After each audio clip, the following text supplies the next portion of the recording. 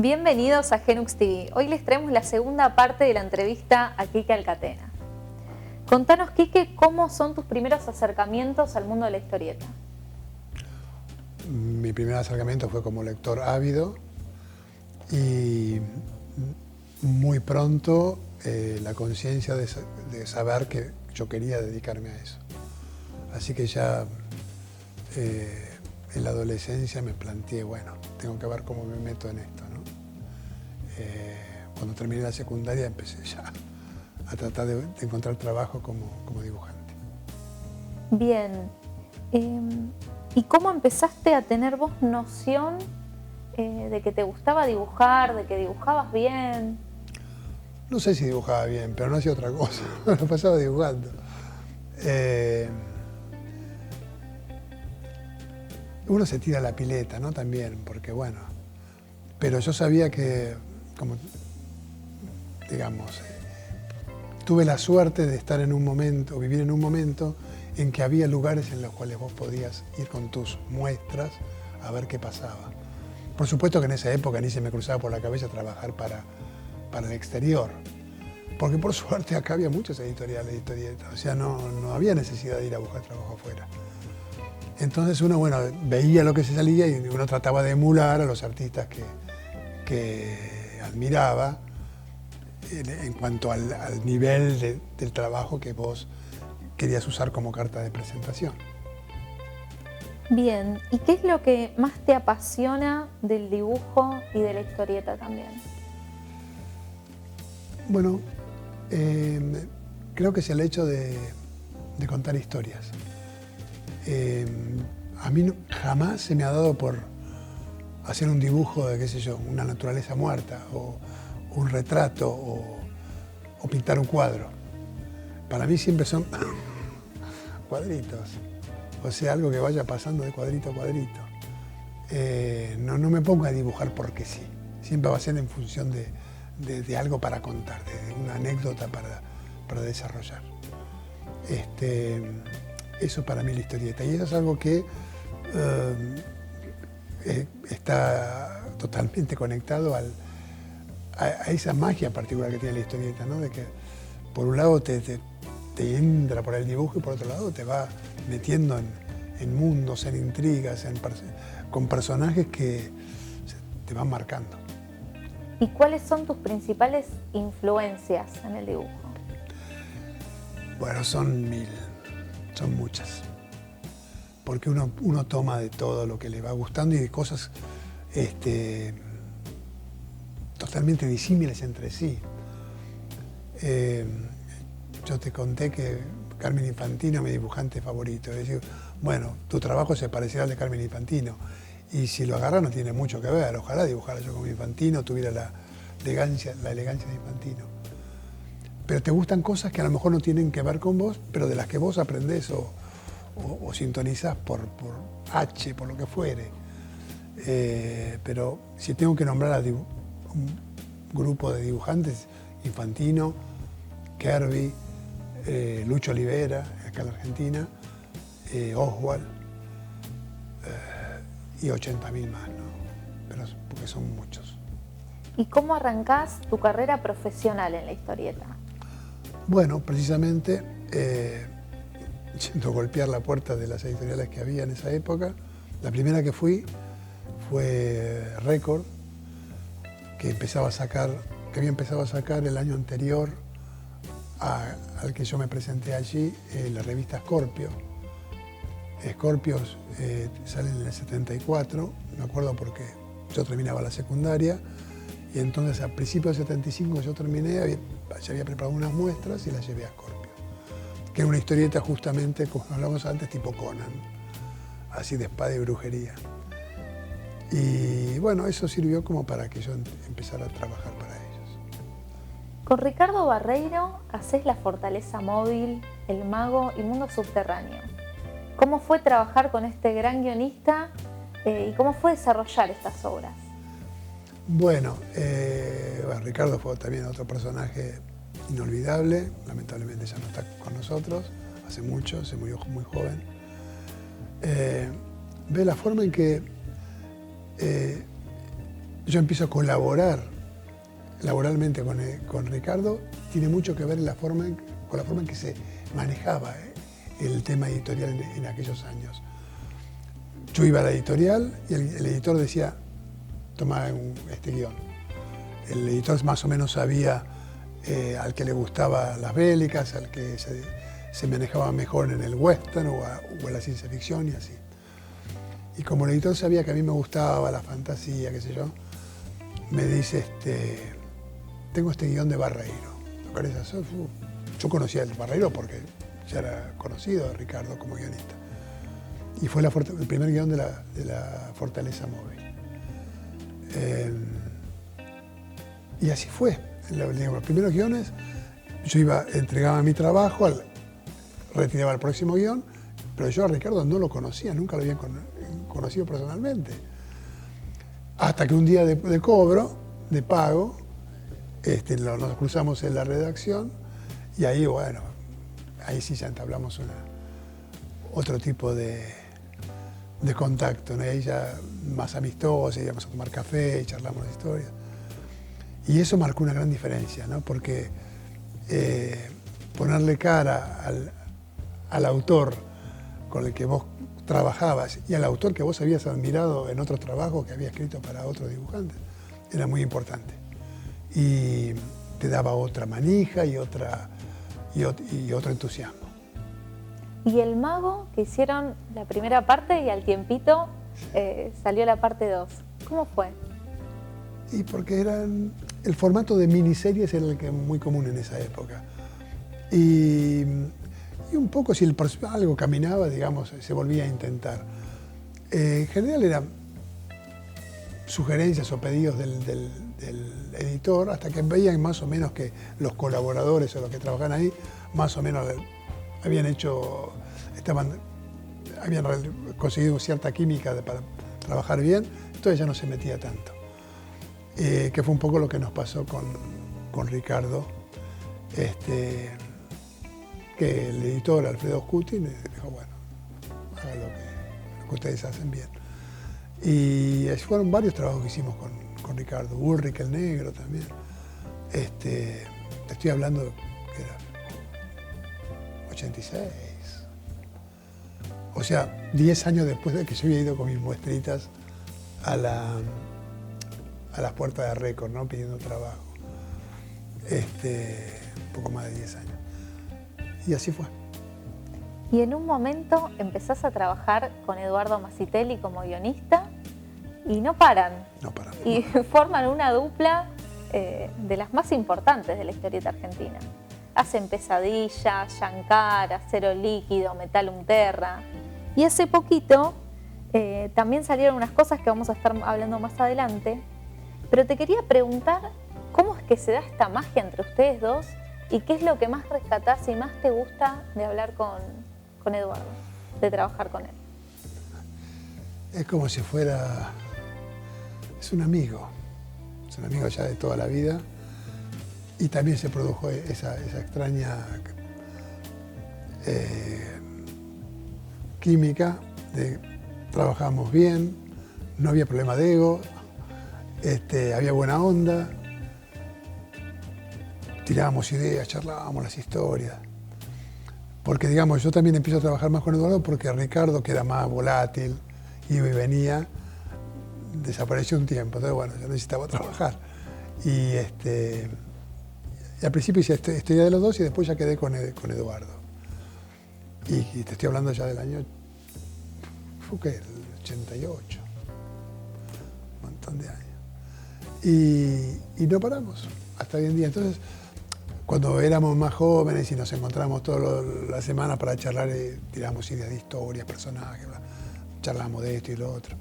Entonces ya de muy temprano se hizo ese ida y vuelta, muy enriquecedor, muy divertido aparte, que le daba una cuota de sazón, ¿viste?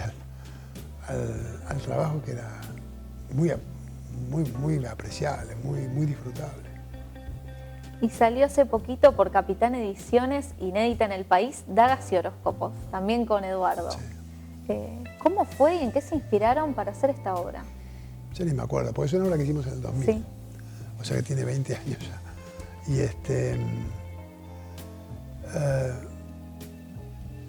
Eduardo tuvo la idea de hacer algo, mezclar los signos del zodíaco con una historia de intriga, y me aporta decir, mira, una historia de intriga, de conspiraciones, viene bárbaro, una ambientación tipo renacentista, europea renacentista, porque hasta le veía como ribetes medios isabelinos o shakespearianos, ¿viste? Entonces le quiero dar esa ambientación y meterla con el esoterismo, que en los gráficos se note mucho todo eso. Y siempre es así, digamos, ideas nunca faltan. Nunca falta, a nadie le falta. Lo que falta muchas veces es el tiempo para llevarlas a cabo, ¿no? Por suerte, tantos años de colaboración, nos hemos dado el gusto de hacer siempre cosas que nos gustaron. O sea, cada proyecto que hicimos en su momento fue lo mejor para nosotros, la cumbre de lo que habíamos hecho. Y por suerte pudimos mantener eso hasta hoy en día. ¿Y Los Reyes Chacales, que salió también hace poquito? Y ese es muy reciente. Sí. Te contaba antes que la terminamos, qué sé yo, ponerle febrero, marzo. Sí, más o menos. Y bueno, ¿ves? Hace 1000 años que queríamos hacer una historia ambientada en el Antiguo Egipto. Y bueno, pues hagámosla una vez, no dejemos pasar más tiempo. Porque son esas cosas que te van quedando guardadas para... Y a veces te ocurre otra idea que desplaza otra, y es muy... No hay una forma de trabajo, digamos así, fija que se repite a lo largo de los años. Nos permitimos bastante libertad en ese aspecto. Pero siempre nos quedaba en el tintero la historia en el Antiguo Egipto. Y así fue que al final hicimos Los Reyes Chacales y bueno, ahora está el librito. Y Dinastía Maldita, que además de tener guión de Masitelli, está también Walter Slavich. Sí. Bueno, cuando lo conozco a Eduardo ahí a fines de los 80, al mismo tiempo lo conozco a Walter, que era también joven, guionista de Scorpio. Y también Eduardo y Walter eran muy amigos, y solían trabajar juntos a veces, hacer historias en colaboración. O sea, cada uno escribía por separado sus historias, pero también en algunos otros trabajos colaboraban. Y así fue con Dinastía Maldita. Y nunca me olvido, fue una de las primeras reuniones que tuvimos los tres, en la casa del departamento de Walter, tirando ideas para hacer una serie que habíamos dicho que iba a ser ambientada en el Japón feudal. Y como el que más sabía del tema era yo, entonces le estuve tirando data y cosas, qué sé yo, y yo que tomaba notas y escribía. Estamos hablando de época que la computadora ni los teléfonos no existía nada de todo eso. Los guiones eran todos tipeados a máquina. Y me acuerdo toda una noche hablando de esto. Y de esa charla surgió la Dinastía Maldita, que me dio una gran alegría que fuera recopilada después de tantos años, porque te digo, tiene, sí, de esa época es, 88, 89. Y bueno, y justo también coincidió un poco con la partida de Walter, ¿no? Que sí, también murió joven. Pero bueno, es lo que nos pasa a todos cuando llegamos a cierta edad. Y sí, y quedan, bueno, trascendidos con esto, ¿no? Sí, totalmente. Después con Robin Hood hacés Merlín. ¿Cómo fue trabajar con este tan recordado guionista y hacer a este personaje tan emblemático? Y fue realmente una gran alegría. Aparte, como vos decís, trabajar con alguien a quien yo había leído con fruición, ¿viste? Con mucho fervor en el D'Artagnan, cuando era un adolescente. Las historias de Nippur de la Galle a mí me habían fascinado totalmente. Y entonces que Robin de repente, después, por el paso del tiempo, que yo tuviera la posibilidad de conocerlo a Robin y charlar con él, y que Robin me propusiera, a raíz justamente del mago, ¿no? Dijiste, vi que hiciste con Ricardo, con Barreiro, el mago. Y yo, ¿qué te parece si hacemos la historia del mago definitivo de Merlín. Sí, le digo, yo recopado aparte con todo ese tipo de cosas, ¿no? de mitos y leyendas, dije, más vale. Y así fue que hicimos Merlín con Robin Hood y fue, creo, uno de los trabajos de los que estoy más orgulloso de cómo quedó. Y aparte porque tiene ese valor de haber colaborado con Robin. Y trabajaste mucho tiempo en DC. Sí. Acá Omnipress, lo tenemos acá, después lo vamos a mostrar bien, lanzó un integral que tiene muchas de tus historias. Universo DC por Enrique Alcatena. Y arrancás haciendo Hawkman, de 1989, entintando 3 números, Sí. ¿no?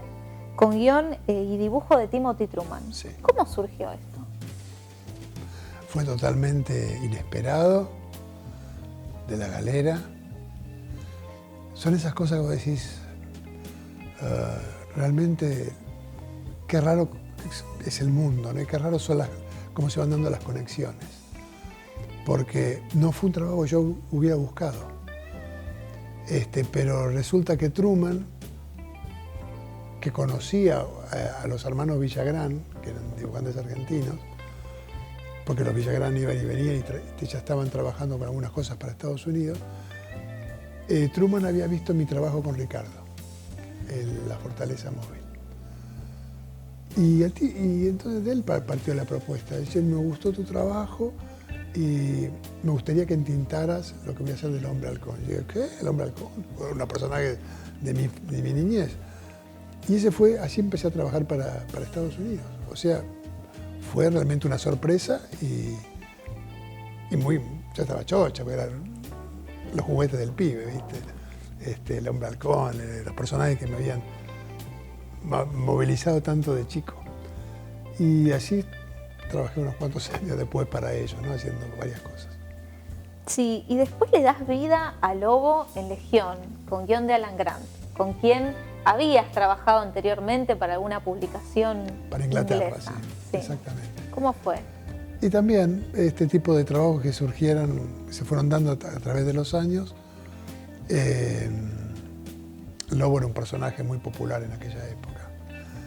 Y también trabajar con Alan era un placer, porque Alan manejaba bien, digamos, como buen inglés que era, manejaba muy bien ese humor corrosivo, ¿no? Lo que hacía soportable un personaje tan antipático como Lobo, que si no lo tomás desde el punto de vista de un humor ácido, es lo más pernicioso que hay. Y bueno, y así muchas cosas, ¿no? Después con Alan hicimos Batman, algunas historias de Batman, con Chuck también. Digamos, fue una época linda porque me permitió, digamos, hacer mi tratamiento de estos personajes que de chicos fueron los que me habían iniciado en la historieta.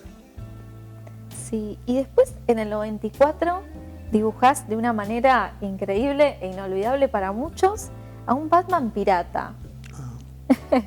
Para el anual de Detective Comics número 7, con guión de Chuck Dixon. ¿Cómo fue este Batman pirata? ¿Cómo salió esta idea? Porque a Chuck y a mí nos gustaban las historias de piratas. Chuck tenía un cuadernito donde tenía dibujos de sus amigos dibujantes. Y lo había mandado acá a la Argentina porque tenía varios dibujantes acá conocidos de Argentina. Y entonces le dije, bueno, yo le dibujé un pirata. Porque sabía que a él le gustaba, y a mí también, la Isla del Tesoro. Entonces le dibujé a Long John Silver, que es el protagonista de la Isla del Tesoro, ¿no? El pirata con su muleta. Y entonces Chuck cuando lo vio se recopó. Dijo, historia de pirata, porque aparte nos gustaba todo eso. Y en esa época estaban de moda en DC hacer estas versiones alternativas de los héroes. Y los anuales de ese año iban a ser todos con versiones alternativas de Superman, Batman. Y a nosotros Chuck propuso hacer un Batman pirata. Digo, ¿te gustaría hacer? Digo, sí, genial. Mira extrafalaria la idea, ¿no? Pero bueno. Y entonces yo me acuerdo que al toque hice diseño de los personajes como si fueran de aquella época, ¿no? El Joker como un filibustero también, una peluca larga. Gatúbela como una pirata española. Sí. Robin como un grumete de puerto, así medio una ratita de puerto. Y me encantaba, porque dibujaba barcos, abordajes, toda esa ambientación del Caribe.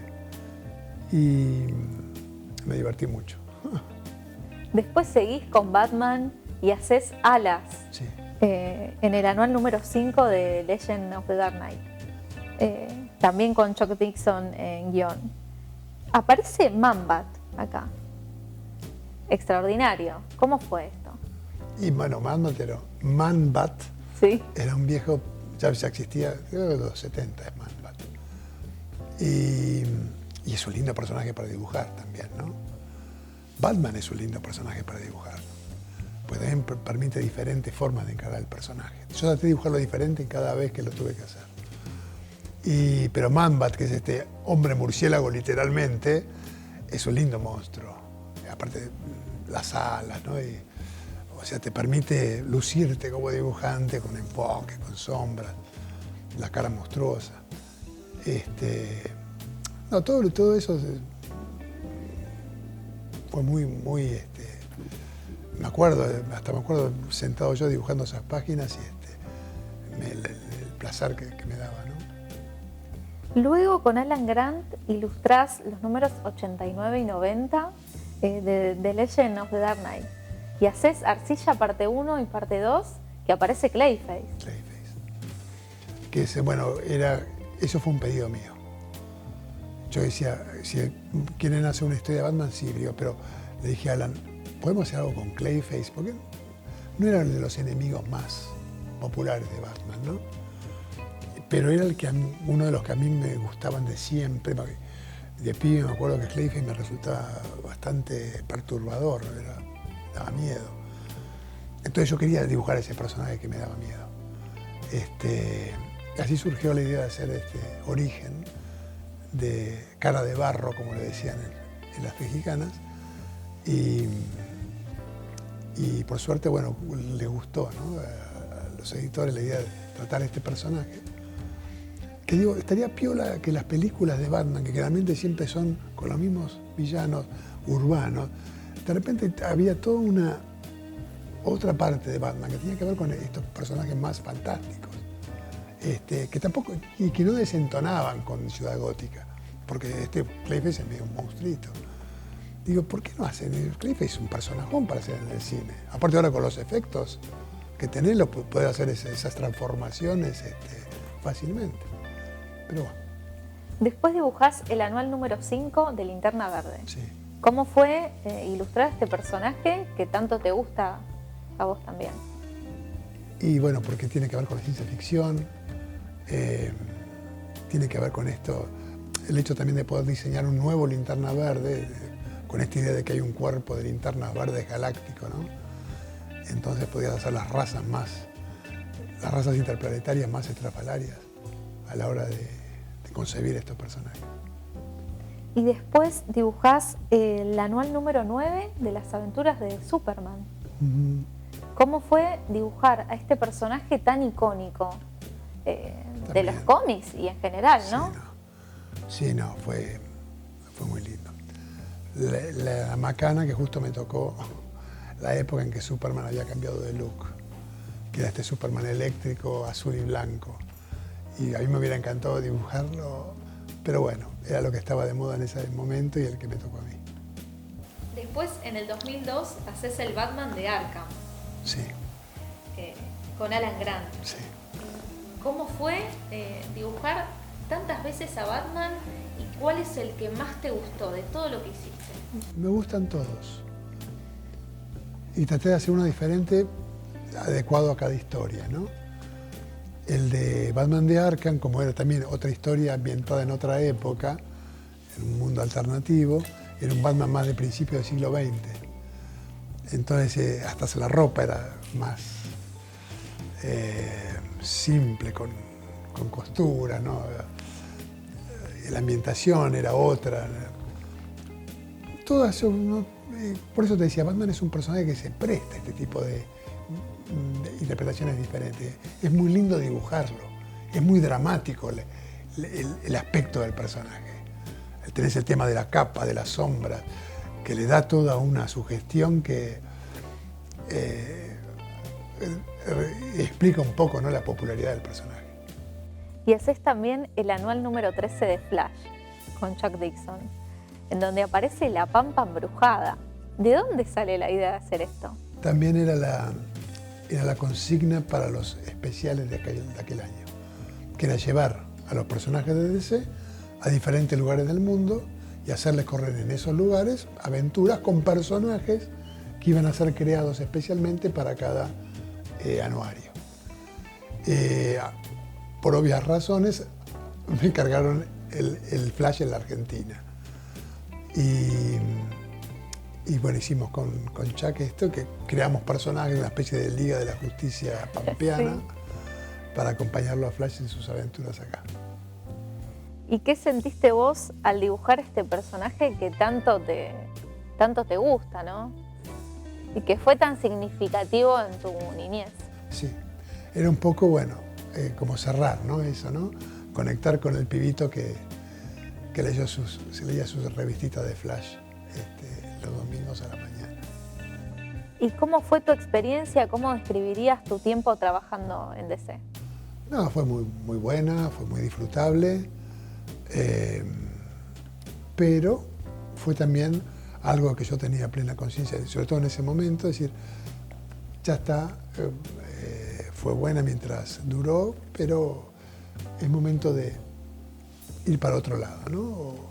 O retomar cosas que a lo mejor venían medio descuidadas y que yo había tenido que dejar porque el día tiene 24 horas durante mucho tiempo para mi alegría y para mi paz mental. Entonces decidí cortar un poco esa conexión con el mercado americano y retomar cosas que significaban más para mí desde otro punto de vista, ¿no? Más que tenían que ver más con lo que yo quería hacer, quería dibujar. Y trabajaste en Marvel también. Sí, trabajé para DC y Marvel al mismo tiempo, o sea, no es que terminé con DC y pasé a Marvel, no. Cuando digo terminé con Marvel y con DC al mismo tiempo. Por suerte estaba en esa época, son 10 años largos de ir saltando de una a otra, y sí, hice un montón de trabajo, si me pongo a pensar, es mucho trabajo.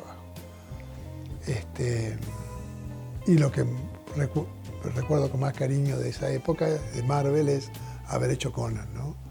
Que antes hablábamos de Roy Thomas, y haber podido hacer mi versión de Conan el Bárbaro. ¿Con qué guionista te hubiera gustado trabajar que no trabajaste? Con muchos. Me hubiera encantado trabajar con Neil Gaiman. Por supuesto que me gustaría trabajar con Alan Moore. Pero ya abandonó la historieta Alan Moore, así que es medio difícil. Pero no, en general no tengo no pienso así, digamos. Estoy contento de cómo se fueron dando las cosas. Siento que no hay tanta asignatura pendiente.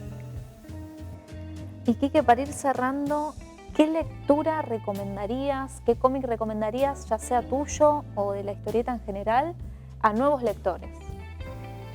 A ver. Bueno, qué pregunta. No voy a recomendar ninguna historieta mía, desde luego. Iba a ser una lista totalmente personal. El corto maltés de Hugo Pratt. Todo el corto maltés de Hugo Pratt. Alguna cosa de Alan Moore tiene que estar. Watchmen es una buena introducción, pero también lo ves V de Vendetta, por ejemplo. Aunque creo que después ha escrito cosas mucho más ambiciosas y mucho más perturbadoras, como From Hell, por ejemplo. Sandman es una buena historieta, es una muy buena historieta, de Neil Gaiman, con diferentes artistas. Acá de Argentina recomendaría, hay muchas cosas buenas en Argentina. Pero para un lector ajeno o que no le interese especialmente todo el mundillo, ¿no? Sí recomendaría La Sudestada de Juan Sáenz Valiente. Y creo que ya estamos a 4 o 5, no sé. Y no sé si va. No puse número, así que... Ah, no, bueno, no está. Que hay mucho trabajo. Qué sé yo. Hay cosas, bueno, hay clásicos, ¿no? Hay historietas que han estado conmigo, que han estado con mis hijas y seguirán estando, que Mafalda, ¿viste? Que no pasa nunca de... Pero digamos, Mafalda ya todo el mundo más o menos lo conoce. Quería a lo mejor sugerir otras cosas que no están tan en el candelero.